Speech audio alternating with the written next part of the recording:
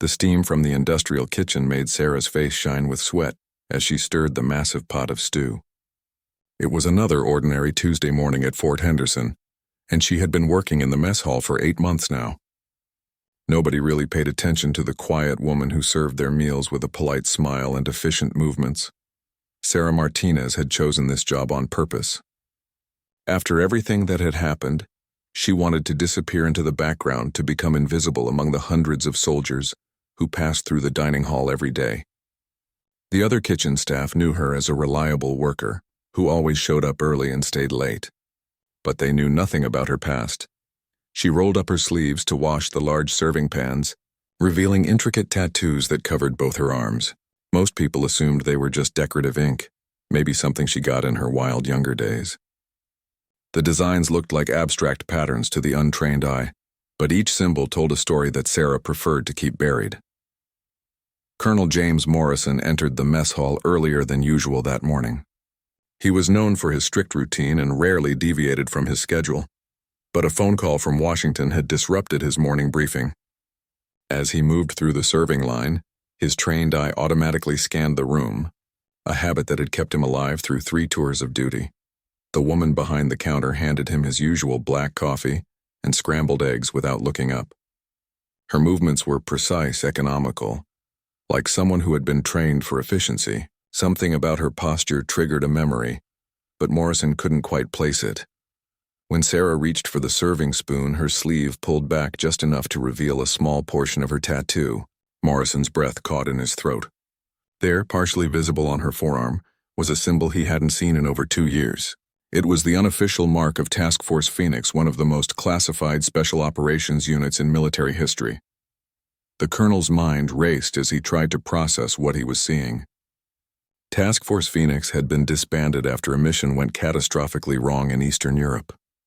Most of the team members had either died in the field or disappeared entirely from military records. The few survivors had been reassigned to deep cover positions or had simply vanished into civilian life. Sarah finally looked up and their eyes met. For just a moment, Morrison saw something flicker across her face. Recognition, perhaps, or fear. But then the mask was back in place and she was just a mess hall cook again, asking if he needed anything else. Morrison took his tray to his usual table, but his appetite was gone. He studied the woman from across the room, noting details he had missed before. The way she held her shoulders suggested someone comfortable with authority. Her quick, efficient movement spoke of military precision, and most telling of all, she instinctively positioned herself where she could see all the entrances to the kitchen. The colonel had spent his entire career learning to read people, and everything about this woman screamed Special Forces training. But according to the official records he would check later, Sarah Martinez was just a civilian contractor, with a clean background and excellent references. There was no military service listed anywhere in her file. As Morrison finished his meal, he made a decision that would change both their lives. He would find out who Sarah Martinez really was, and more importantly, why someone with her obvious skills was hiding in a mess hall kitchen. The symbol on her arm suggested she had been part of something extraordinary, something that might still have value to the right people. Sarah watched the colonel leave, and she knew her carefully constructed new life was about to crumble. She had recognized him immediately. Colonel Morrison had been mentioned in several classified briefings during her time with Phoenix. He was known for his sharp mind and his inability to let mysteries go unsolved. That evening, Sarah sat in her small apartment and considered her options. She could disappear again, create another identity, and start over somewhere else. She had done it before. But running was getting exhausting, and part of her was tired of hiding from who she used to be.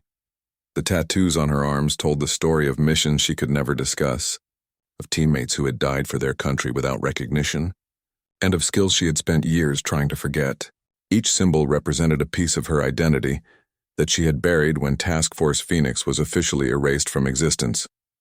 As she traced one of the designs with her finger, Sarah remembered the oath she had taken when she joined the unit.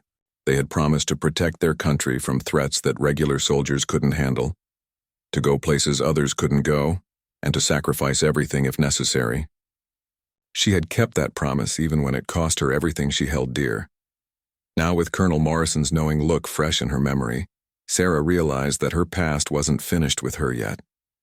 The skills she had tried so hard to suppress were still there, waiting just beneath the surface. The question was whether she was ready to embrace them again, or if she would spend the rest of her life running from the soldier she used to be.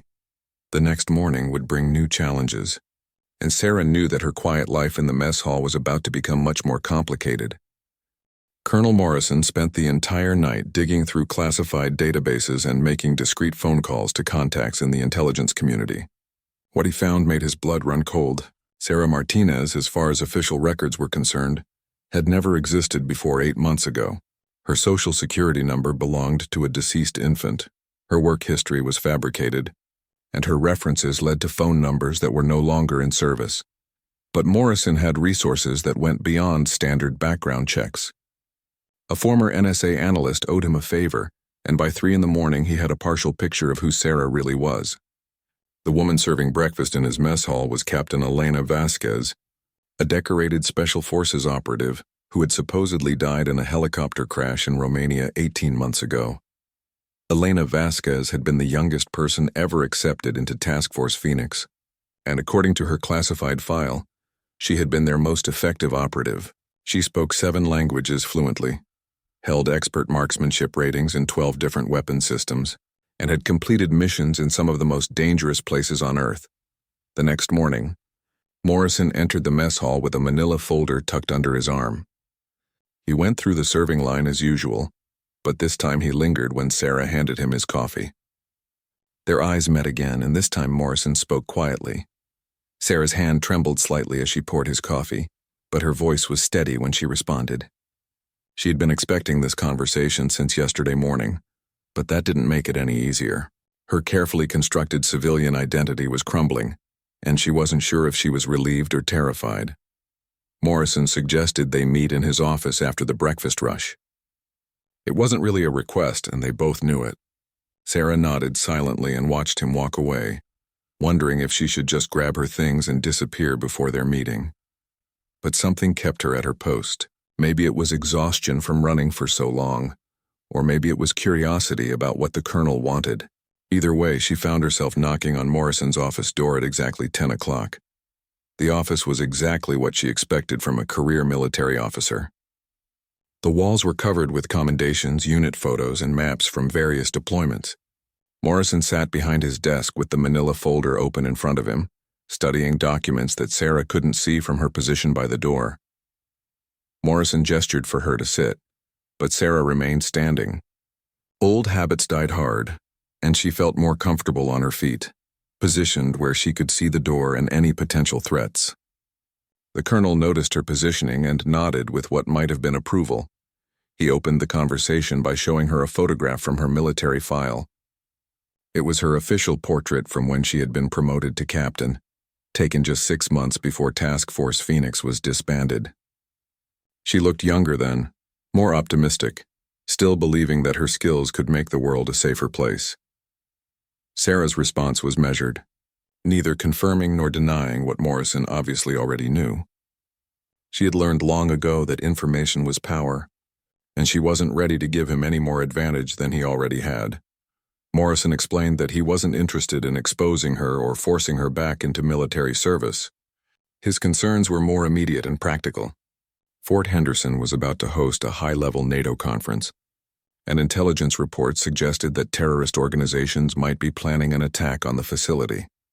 The colonel had already implemented standard security measures, but he knew they might not be enough against a sophisticated enemy. He needed someone with Elena's specific skill set to help identify and neutralize potential threats. Her experience with Task Force Phoenix made her uniquely qualified for this type of operation. Sarah listened carefully, her mind automatically analyzing the tactical challenges Morrison was describing. Despite her efforts to suppress them, her Special Forces instincts were still sharp. She could already see several vulnerabilities in the base's security that a determined enemy could exploit, but accepting Morrison's offer would mean abandoning the quiet life she had built and returning to a world that had cost her everything. Her last mission with Task Force Phoenix had ended in disaster, with half her team dead and the survivors scattered to the wind. She had spent months in therapy trying to process the trauma, and the thought of returning to active operations terrified her. Morrison seemed to understand her hesitation. He explained that this wouldn't be a permanent assignment, just temporary help during the conference. After that, she could return to her life in the mess hall if that's what she wanted. He wouldn't expose her identity or force her into anything she didn't choose freely. There was something in the colonel's tone that reminded Sarah of her old commanding officer, someone who had understood the weight of the decisions they asked their soldiers to make. Morrison wasn't just offering her a job. He was giving her a chance to use her skills for something meaningful again. As Sarah considered her options, she thought about the other members of Task Force Phoenix. Some of them had died serving their country, while others had disappeared into civilian life just like she had. None of them had asked for recognition or glory. They had simply done their duty and paid the price for it. Maybe it was time to honor their memory by being the soldier they had trained her to be. Maybe her skills could still make a difference, could still protect innocent people from those who would do them harm. The thought was both terrifying and oddly comforting. Sarah finally spoke, her voice carrying a strength that had been hidden beneath months of serving breakfast and washing dishes. She would help Morrison protect the base, but she had conditions. Her real identity had to remain classified, and after the conference was over, she wanted to be left alone to live her life as she chose. Morrison agreed to her terms, and as they shook hands, Sarah felt something she hadn't experienced in months. For the first time since Task Force Phoenix had been disbanded, she felt like she had a purpose again. Sarah spent her first day back in an operational role reacquainting herself with skills she had tried to forget. Morrison had arranged for her to have access to the base's tactical training facilities after hours, when curious eyes wouldn't be watching. As she handled weapons for the first time in months, muscle memory took over, and her accuracy was still deadly precise. The transformation was remarkable to witness. The quiet mess hall cook had disappeared, replaced by a focused professional who moved with the confidence of someone trained to handle life-and-death situations. Sarah's civilian clothes gave way to tactical gear that fit her like a second skin, and her entire demeanor shifted from passive to alert. Morrison provided her with intelligence briefings about the upcoming NATO conference. 12 high-ranking officials from 6 different countries would be attending, making Fort Henderson a prime target for any group looking to make a political statement. The guest list included generals, defense ministers, and intelligence directors, whose deaths would create international chaos. The threat assessment made for grim reading. At least 3 terrorist organizations had been chatter about potential operations targeting the conference. The most concerning was a group called the Shadow Collective, known for their sophisticated planning and willingness to accept massive casualties to achieve their goals. Sarah studied the intelligence reports with the practiced eye of someone who had spent years hunting similar threats. She could see patterns that others might miss, vulnerabilities that standard security protocols wouldn't address. Her experience with Task Force Phoenix had taught her to think like the enemy, to anticipate moves that conventional soldiers wouldn't consider. Her first recommendation surprised Morrison. Instead of focusing solely on perimeter security, Sarah suggested they needed to infiltrate potential threat networks. The Shadow Collective was too smart to launch a direct assault on a heavily fortified military base. They would use subterfuge, insider knowledge, or methods that conventional security wouldn't anticipate. Working with Morrison's intelligence staff, Sarah began building profiles of everyone who would have access to the conference areas. Catering staff, maintenance workers, security contractors, even the media representatives who would be covering the event. Each person represented a potential vulnerability that needed to be assessed and managed. The work was exhausting but oddly satisfying. For months, Sarah had felt like she was wasting her talents washing dishes and serving food. Now she was using skills that few people possessed, analyzing threats in ways that could save lives. It felt like putting on a familiar uniform after wearing civilian clothes for too long. As she delved deeper into the intelligence, Sarah began to see troubling patterns. 3 different catering companies had submitted bids for the conference, but only one had been selected despite not offering the lowest price. When she traced the ownership of the winning company, she found a complex web of shell corporations that eventually led to untraceable offshore accounts. Even more concerning was the timing of several personnel changes at the base.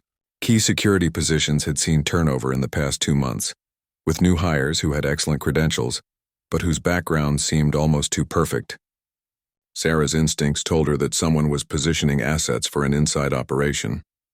Morrison listened to her concerns with growing alarm.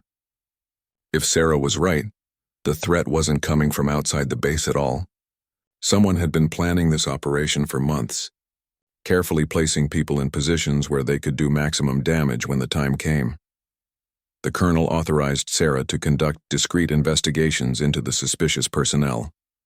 She would maintain her cover as a mess hall worker, while secretly gathering intelligence on potential threats within their own ranks. It was exactly the kind of dual-role operation that Task Force Phoenix had specialized in.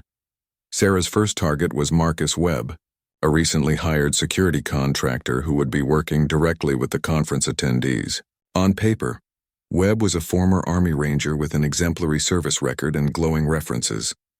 But when Sarah dug deeper, she found inconsistencies in his story that set off every alarm bell in her head. She began following Webb during his off-duty hours, using surveillance techniques that felt as natural as breathing. What she discovered confirmed her worst fears. Webb was meeting regularly with individuals who had no apparent connection to his job, and he was being far too careful about avoiding security cameras for someone with nothing to hide. The breakthrough came when Sarah managed to photograph Webb's contact during one of their meetings. Running the image through facial recognition databases, she identified the man as Victor Kozlov, a known associate of the Shadow Collective who specialized in recruitment and coordination of insider operations. Armed with this intelligence, Sarah and Morrison began to understand the scope of the threat they were facing. This wasn't a simple terrorist attack. It was a sophisticated operation involving multiple inside agents who had been positioning themselves for months. The Shadow Collective wasn't planning to attack the conference from outside. They were planning to destroy it from within. As they worked through the night analyzing the intelligence Sarah had gathered, Morrison couldn't help but be impressed by her skills. In just a few days, she had uncovered a plot that conventional security measures would never have detected. Her ability to think like the enemy and see patterns that others missed was exactly what made Task Force Phoenix so effective. But Sarah knew that identifying the threat was only the beginning. Now they had to figure out how to neutralize it, without alerting the other members of the cell. If Webb realized he was under surveillance, he might accelerate the timeline or warn his associates, making their job infinitely more difficult. The conference was still a week away, which gave them time to plan their response. But it also meant that the Shadow Collective had time to make final preparations for whatever they had in mind. Sarah found herself falling back into the familiar rhythm of operational planning, calculating risks and contingencies with the precision that had made her one of Task Force Phoenix's most valuable assets. As she studied the base's layout and security protocols, Sarah began to formulate a plan that would neutralize the inside threat while maintaining operational security. It would require careful timing and flawless execution, but it was the kind of challenge she had been trained for. Sarah's plan required her to get closer to Webb and his associates without arousing suspicion. She volunteered to work extra shifts in the mess hall, positioning herself where she could observe the security contractors during their meal breaks. Her cover as a dedicated kitchen worker provided the perfect excuse for being present at all hours of the day and night. During her surveillance, Sarah identified two more suspicious individuals among the base personnel. Lisa Chen, a translator who would be working directly with the foreign delegates, had been making encrypted phone calls at unusual hours. David Rodriguez, a maintenance supervisor with access to the conference facilities, had been conducting unauthorized inspections of areas that weren't part of his normal duties. Each new discovery painted a picture of a meticulously planned operation. The Shadow Collective hadn't just placed one or two assets at Fort Henderson. They had infiltrated multiple departments and positioned their people in roles that would give them maximum access during the conference. Morrison authorized Sarah to expand her investigation, but they both knew they were walking a dangerous line. If the terrorist cell realized they were being watched, they might either abort their mission or accelerate it before security could be fully prepared. Every move had to be calculated to maintain the illusion that their presence remained undetected.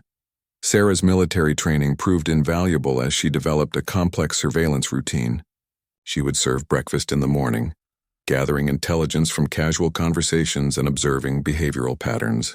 During her supposed break periods, She would conduct discreet reconnaissance of areas the suspects had visited.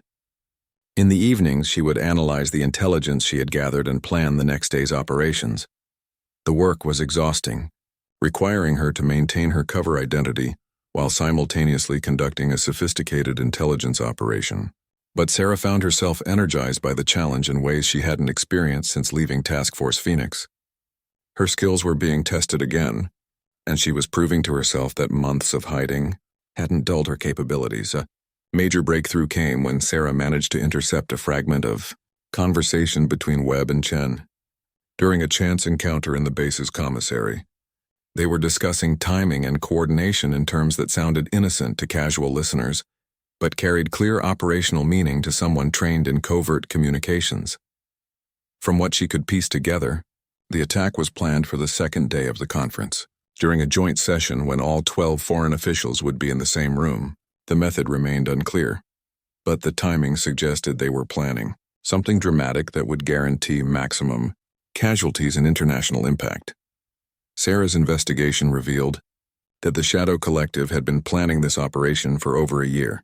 They had carefully researched the base's security protocols, identified vulnerabilities in the personnel screening process, and recruited assets who could pass rigorous background checks while maintaining their cover identities for extended periods. The sophistication of the operation impressed and concerned Sarah in equal measure. This wasn't the work of amateurs or desperate fanatics. It was a professional intelligence operation, conducted by people with significant resources and extensive training. The Shadow Collective was operating at a level that rivaled some national intelligence agencies. As the conference approached, Sarah noticed increased activity among the suspected terrorist assets. They were conducting what appeared to be final preparations, including several meetings that seemed designed to coordinate timing and responsibilities. The stress was beginning to show in their behavior, with Webb becoming increasingly paranoid about surveillance and Chen making more frequent, encrypted phone calls. Morrison had quietly begun implementing additional security measures without revealing the true reason for the increased vigilance. Extra security personnel were brought in from other bases, supposedly as part of routine protocol for high-level conferences. Background checks were discreetly repeated for all personnel with access to conference areas. Additional surveillance equipment was installed in key locations throughout the facility, but Sarah knew that conventional security measures wouldn't be enough. The terrorists had been planning this operation for too long and had positioned themselves too well to be stopped by standard protocols. She would need to use more aggressive tactics to neutralize the threat before the conference began. Her plan required her to abandon her passive surveillance role and take direct action against the terrorist cell. It was a dangerous escalation that could expose her cover and potentially alert other cell members. But time was running out and the stakes were too high for cautious approaches. Sarah began preparing for what she knew might be her most challenging operation since leaving Task Force Phoenix. She would need to neutralize multiple targets simultaneously while maintaining plausible deniability and avoiding collateral damage. It was the kind of complex mission that had made her reputation within the special operations community. The irony wasn't lost on her that she had tried so hard to escape her past as a special forces operative, only to find herself planning an operation that required every skill she had learned during her military career. The quiet life she had built in the mess hall was about to be shattered, but innocent lives hung in the balance.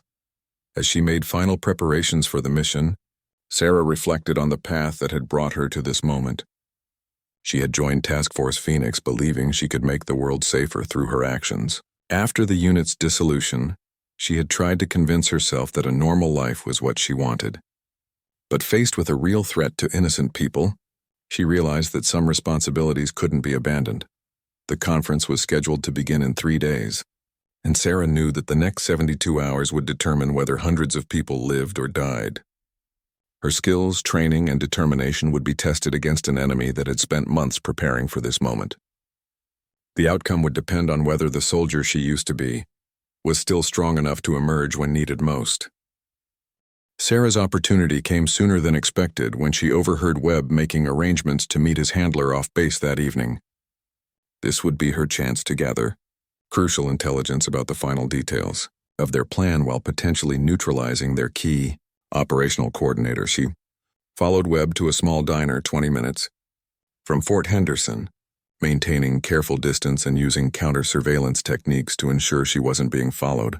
Her heart raced with familiar adrenaline as she slipped back into the operational mindset that had kept her alive through countless dangerous missions. Webb's meeting was with Victor Kozlov, the Shadow Collective operative Sarah had identified earlier. They sat in a corner booth, speaking in low voices while reviewing what appeared to be blueprints and timing schedules. Sarah positioned herself at the counter where she could observe their interaction, while appearing to be just another customer grabbing a late dinner.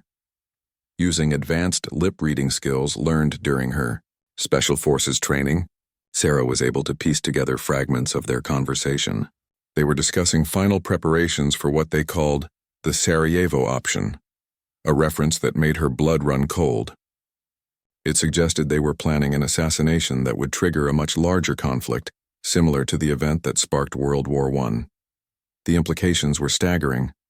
This wasn't just a terrorist attack on a NATO conference.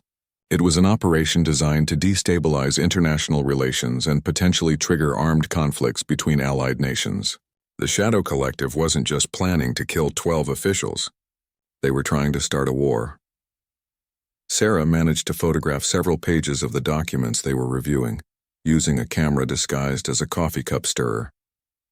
The images weren't perfect, but they would provide Morrison with valuable intelligence about the specific details of the planned attack. When the meeting ended, Sarah faced a critical decision. She could follow Kozlov and potentially gather more intelligence, or she could return to base immediately to brief Morrison on what she had discovered. The urgency of the situation made the choice for her. Morrison needed this information as soon as possible. Back at Fort Henderson, Sarah found Morrison in his office despite the late hour. He had been coordinating with federal agencies and international security services, but none of them had intelligence about the scope of the threat they were facing. Sarah's photographs provided the first clear picture of what they were up against. The documents revealed that the attack would involve multiple phases designed to maximize chaos and confusion. The first phase would eliminate key security personnel, creating vulnerabilities that could be exploited in the second phase. The final phase would target the foreign officials themselves, but in a way that would make it appear as though they had been killed by rival nations rather than terrorists. Morrison realized that conventional security measures would be completely inadequate against such a sophisticated plan. They needed to take proactive action to disrupt the terrorist cell before the conference began, but they had to do it without alerting other potential assets who might be positioned elsewhere. Sarah proposed a bold strategy that would require her to fully abandon her cover identity. Instead of waiting for the terrorists to make their move, she would take the initiative and systematically neutralize each member of the cell using techniques that would make their disappearances appear accidental or unrelated. The plan was dangerous and morally complex, requiring actions that existed in a gray area between law enforcement and military operations. But Morrison recognized that they were facing an extraordinary threat that demanded extraordinary responses. He gave Sarah the authorization she needed while making it clear that official channels could never acknowledge what she was about to do. Sarah spent the next 24 hours in intensive preparation, gathering equipment and developing detailed operational plans for each target. Her approach would need to be subtle enough to avoid detection, while being decisive enough to permanently neutralize the threat each person represented. Her first target was Lisa Chen, the translator who had been making encrypted communications with outside contacts. Sarah's research revealed that Chen had a regular routine of jogging alone through a wooded area near the base early each morning. It would be the perfect opportunity for a quiet intervention that would appear to be a random accident. The operation required Sarah to position herself along Chen's jogging route and wait for the right moment. When Chen appeared, running alone as expected, Sarah moved swiftly and silently. Years of combat training allowed her to neutralize the threat without the target even realizing what was happening, until it was too late. Chen's disappearance would be discovered within hours, but it would appear as though she had suffered an accident during her morning run. There would be no evidence of foul play, and no reason for the other cell members to suspect that their operation had been compromised. David Rodriguez presented a different challenge, because his maintenance duties kept him in areas with constant surveillance and witness presence. Sarah would need to be more creative in her approach, finding a way to neutralize him that would seem like an unfortunate workplace accident. She waited until Rodriguez was working alone in the building's mechanical systems, then created a scenario that would eliminate him while appearing to be the result of equipment malfunction. Her special forces training in demolitions and engineering made it possible to arrange circumstances that would leave no trace of deliberate action. By the time she moved against Webb, Sarah had perfected her approach to a deadly art form. The key was making each incident appear completely unrelated to the others, preventing the remaining cell members from realizing their operation had been discovered, and their teammates systematically eliminated. Webb's neutralization was the most satisfying, because he had been the operational coordinator for the entire plot. His elimination would create significant disruption in their ability to execute the planned attack, even if other assets remained in place. As Sarah completed each mission, she felt the familiar satisfaction of successfully completed operations. Her skills hadn't deteriorated during her months in civilian life. If anything, the enforced break had sharpened her focus and renewed her appreciation for the precision required in such work. But she also recognized that each action was taking her further away from the quiet life she had tried to build. With every mission, she was becoming more like the soldier she used to be, and less like the mess hall cook she had pretended to be. The transformation was both necessary and irreversible. With 3 members of the terrorist cell eliminated, Sarah and Morrison believed they had neutralized the immediate threat to the NATO conference. But their relief was short-lived when new intelligence revealed that the Shadow Collective had anticipated the possibility of their primary assets being compromised and had backup operatives already in position.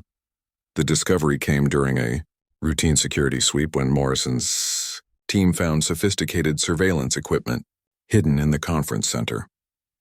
The devices were far more advanced than anything the known cell members could have installed, suggesting that additional assets had been working independently to support the operation. Sarah realized that her success in eliminating the primary cell had actually made their situation more dangerous. The backup operatives would be better trained, more cautious, and operating with enhanced security protocols.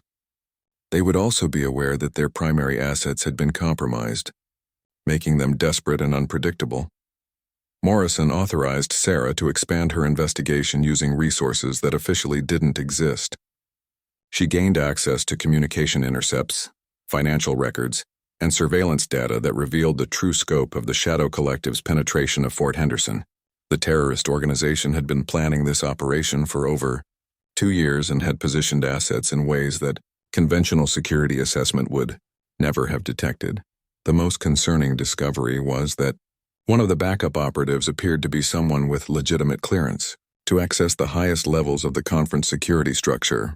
This person would have complete knowledge of all security protocols and would be able to move freely through areas that were supposed to be completely secure. Sarah's investigation led her to Captain Michael Torres, the deputy security coordinator for the entire conference.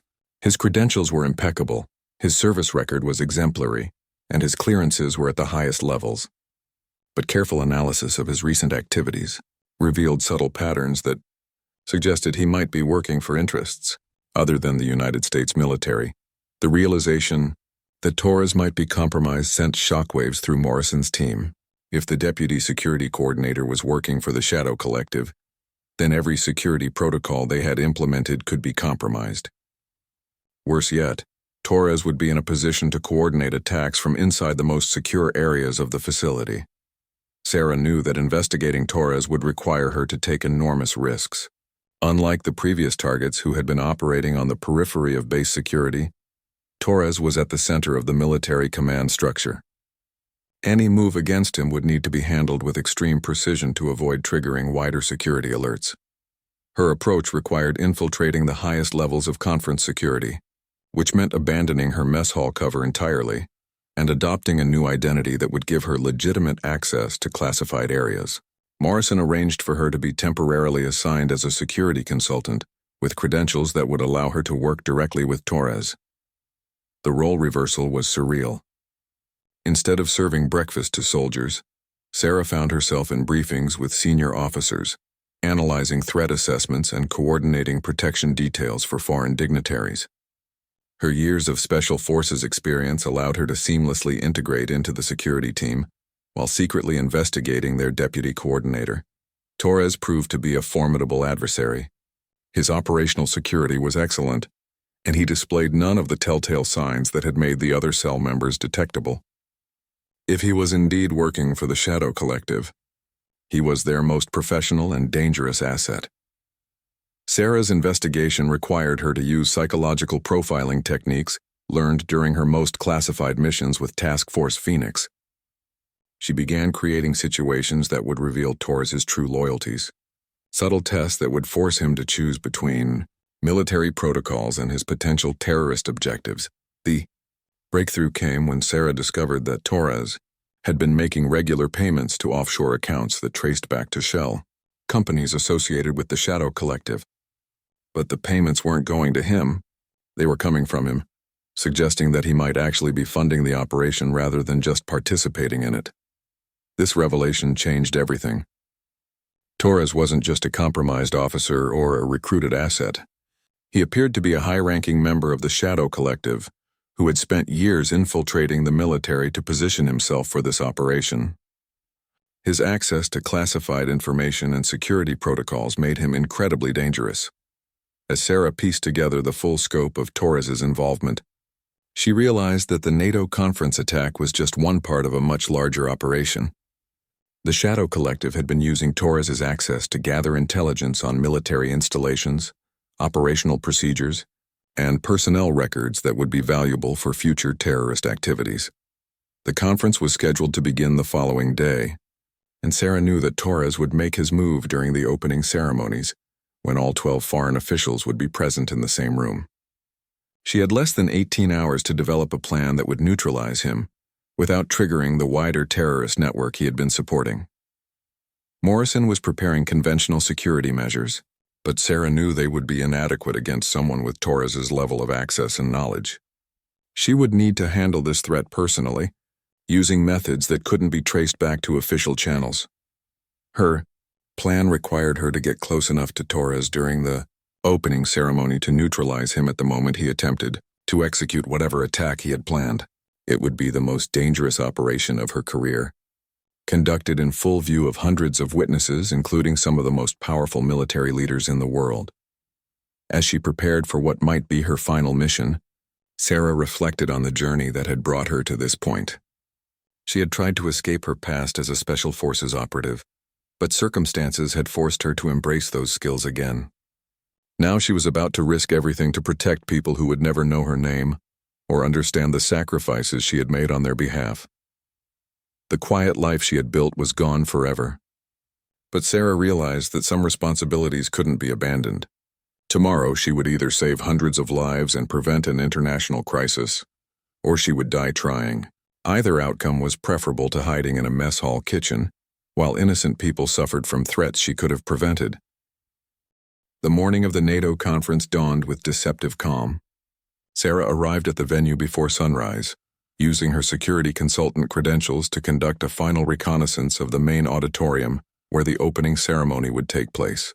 Every detail had to be perfect because she would have only one opportunity to stop Torres. As dignitaries from 12 nations took their seats, Sarah positioned herself in the security control room where she could monitor Torres's movements and coordinate with Morrison's team. The deputy security coordinator appeared calm and professional, moving through his duties with the competence that had made him so effective in his infiltration. Sarah had equipped herself with specialized gear that would allow her to act decisively when the moment came. Concealed weapons, communication devices, and emergency medical supplies were hidden throughout her clothing in ways that wouldn't be detected by standard security scans. Her years with Task Force Phoenix had taught her to prepare for every contingency. The opening ceremony began with formal presentations and diplomatic speeches that seemed to drag on interminably. Sarah watched Torres carefully, noting subtle changes in his demeanor as the proceedings continued. His breathing had become slightly elevated, and he was checking his watch with increasing frequency. Something was about to happen. 20 minutes into the ceremony, Sarah noticed Torres excusing himself from the security control room. He claimed to be conducting a routine perimeter check, but his route took him toward areas that weren't part of normal security protocols. Sarah immediately began following him, maintaining distance while staying in communication with Morrison. Torres's destination was a maintenance access point that provided direct entry to the building's ventilation system. Sarah realized with horror that he was planning to introduce some form of chemical or biological agent into the air circulation that would affect everyone in the main auditorium. The attack method explained why he had been so confident about eliminating all 12 foreign officials simultaneously. Sarah had to make her move immediately, before Torres could deploy whatever weapon he was carrying. She approached silently, using stealth techniques perfected during countless special operations missions. Torres was focused on his preparations and didn't realize he was no longer alone until Sarah was close enough to act. The confrontation was brief, but intense. Torres was well-trained and had been prepared for the possibility of discovery, but Sarah's superior skills and element of surprise gave her the decisive advantage. Within seconds, she had neutralized the threat and secured the chemical device he had been attempting to deploy. Analysis of the device revealed that Torres had been carrying enough weaponized toxin to kill everyone in the auditorium within minutes. The attack would have been devastating not just for the loss of life, but for the international crisis it would have triggered. Relations between NATO allies would have been shattered, potentially leading to the larger conflict the Shadow Collective had been hoping to instigate. Morrison immediately implemented emergency protocols to secure the conference venue and begin investigating the full scope of the terrorist network that Torres had been coordinating.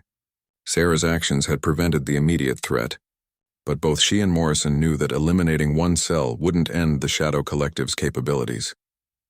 In the hours following Torres's neutralization, federal agencies began unraveling the complex web of assets and operations that the Shadow Collective had positioned throughout the military and intelligence communities.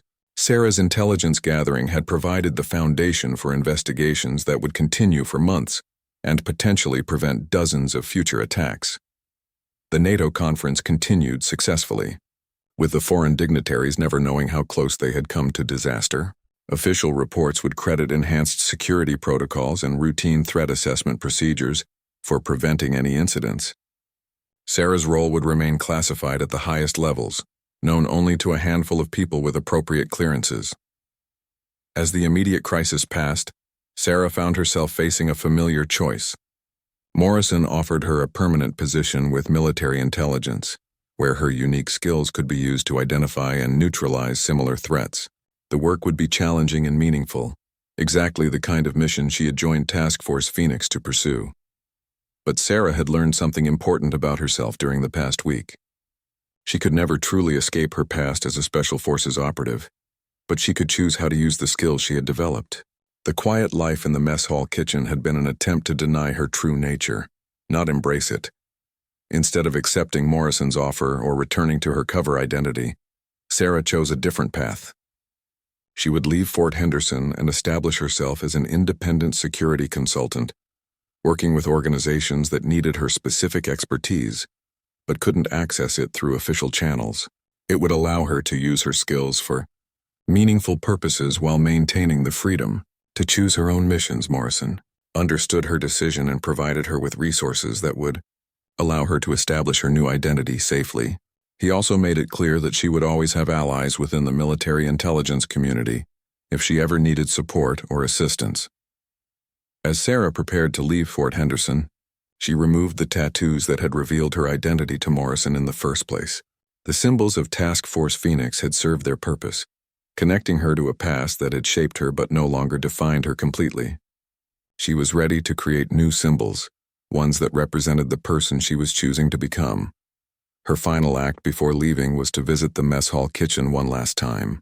The other workers were surprised by her sudden resignation, but they accepted her explanation about family obligations requiring her to relocate. They had no idea that the quiet woman who had served their meals was actually one of the most skilled operatives in the world. Sarah walked away from Fort Henderson with a sense of closure she hadn't felt since Task Force Phoenix was disbanded. She had proven to herself that her skills could still make a difference, that the sacrifices she had made weren't meaningless. More importantly, she had found a way to honor her past while building a future that was truly her own choice. The mess hall cook was gone forever, but the soldier she had always been was finally free to serve her country and protect innocent people in ways that suited her own moral compass and professional standards.